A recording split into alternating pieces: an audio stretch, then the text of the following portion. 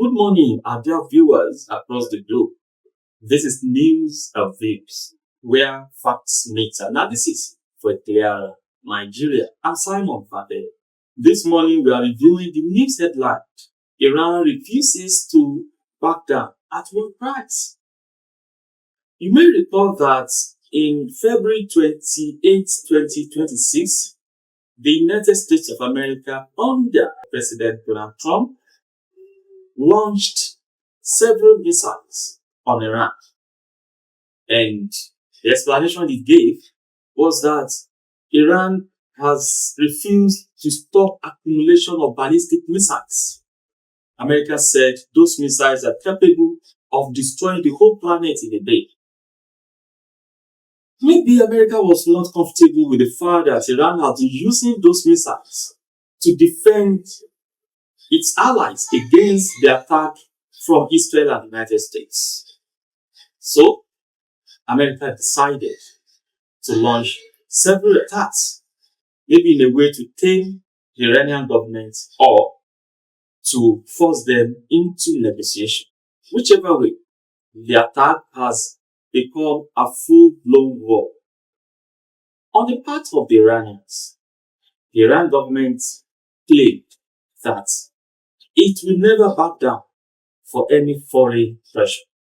Iran resolved to protect its natural resources, especially uranium and the oil.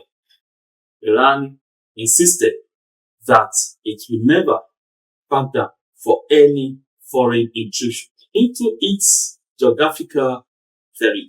So, it becomes an enduring war, which has, in a more pronounced way, affecting the whole world. Now, let's talk about the economic importance of the war. So far, America has lost about 15 to 20 of its soldiers.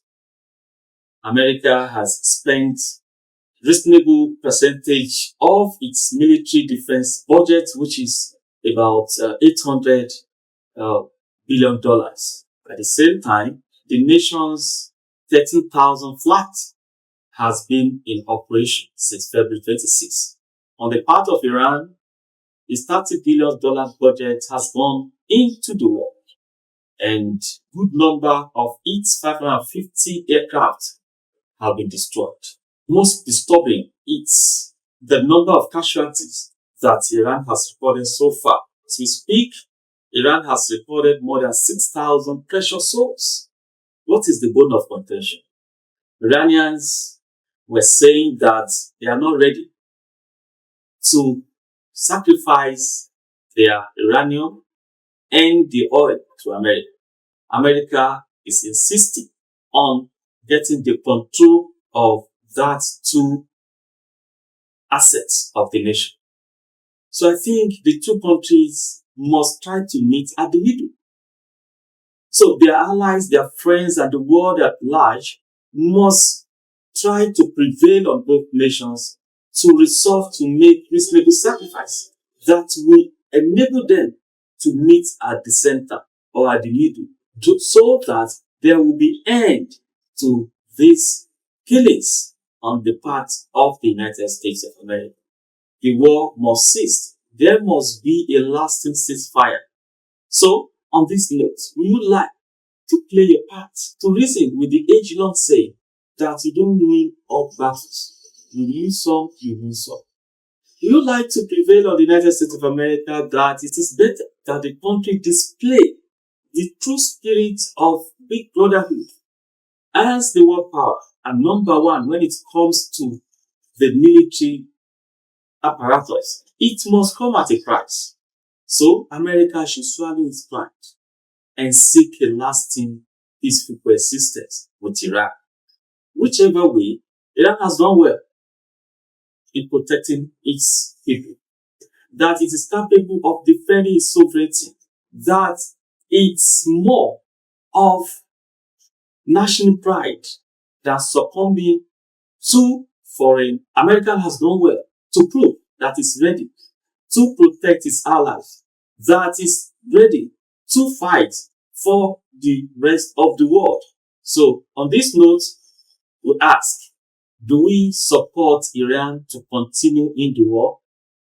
Do we support America to continue launching missiles on Iran? Do we support Iranians to continue responding to Americans' missiles? We have to consider the losses, the casualties being recorded day in, day out. Try to play your part in ensuring that the two countries reach a lasting ceasefire agreement. Whatever your opinion, whatever your comments, let's meet at the comment section. We'll be waiting for you so that you know which way forward to the end of the Iran-Israel-American ongoing war. Until tomorrow when we come your way, this is News and Views. I'm Simon Fateh. Thanks for watching.